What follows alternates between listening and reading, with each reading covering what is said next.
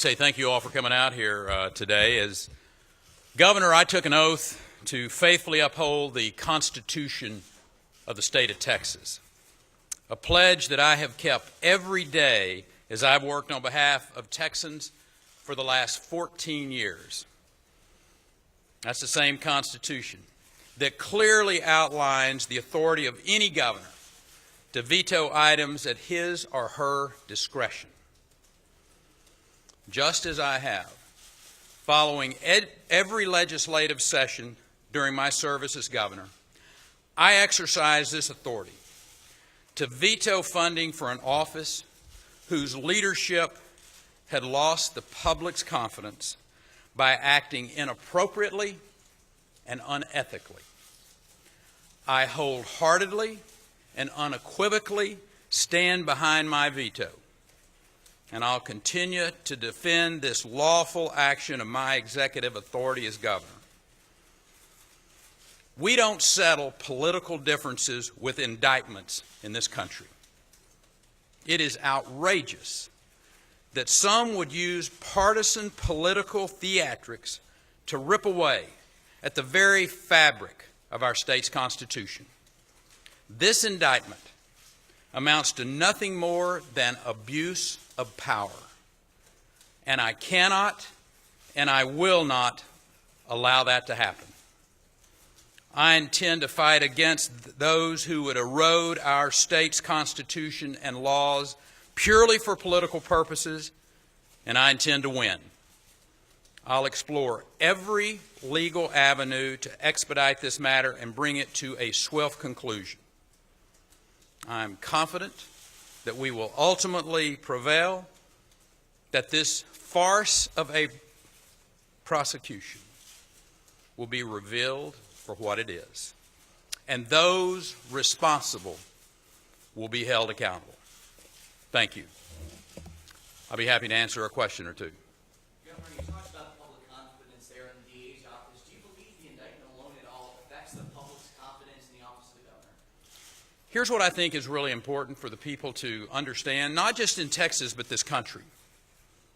And that is, we have seen an office in the form of the Travis County District Attorney's Office, the lead legal individual for criminal affairs in this county and overseeing public officials who conducted themselves in an incredibly inappropriate way, stopped for a DWI with a blood alcohol level almost 3 times the legal limit.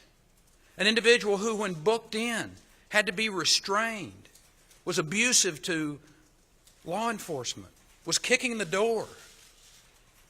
I think Americans and Texans who have seen this agree with me that that is not an individual who is heading up an office that we can afford to fund. Now, the people of Travis County may decide that that is the type of individual that they want in that office. But as the governor of the state of Texas and as the individual who has the authority constitutionally to decide whether we're going to spend state dollars on that, I made that decision and I said no. And given that information and given that choice again, that is exactly what I would do.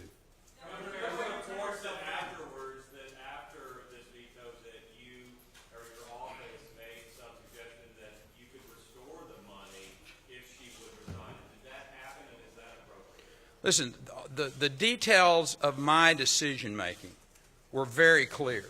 I said early on that I was going to clearly veto those dollars as long as they had someone in that office who I'd lost confidence in. And I did exactly what I said I would do. Governor Perry, what do you consider yourself in detective booking? You had your hand up. The question seems to be, in this case, though, in the minds of many people, is not whether or not you actually have a constitutional veto authority. It's attaching what many people say is a threat to that veto. What's your response? I disagree with you. I think there are a lot of people on both sides of the aisle, Democrats and Republicans, who have looked at this and understand it to be exactly what we're seeing, a political decision that has been made in Travis County. I'm going to continue to do my job. I'm going to continue to deal with the big, important issues that are important to the people of the state of Texas, and for that matter, of this country. We have a border that it is not secure because of what the federal government has failed to do. Yesterday, I talked to the mother of the Border Patrol agent who was gunned down in cold blood in front of his family by an individual who has come across this border multiple times, a criminal alien. That mother expects me to do the job and keep the citizens of this state safe, and that is what I'm going to do from today until I leave office in January of 2015. Thank you.